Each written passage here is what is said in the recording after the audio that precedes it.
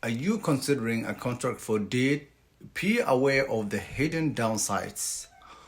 While contract for deed can seem like a convenient option for buying a home, there are risks.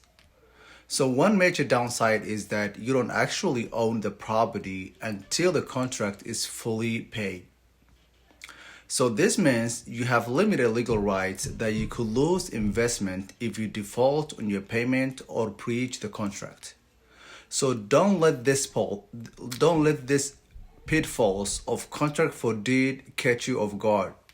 Consider safer alternative like traditional mortgage or rent-to-own agreement that offer more protection and ownership rights. And before signing any contract for deed, do your research, understand the risks, and consult with a real estate agent or real estate attorney. So your dream of home ownership deserves the best protection. So don't risk it with contract for deed. Contact me today to get started on your journey to home ownership in Minnesota. And if you want to buy or sell or invest in real estate, reach out to me.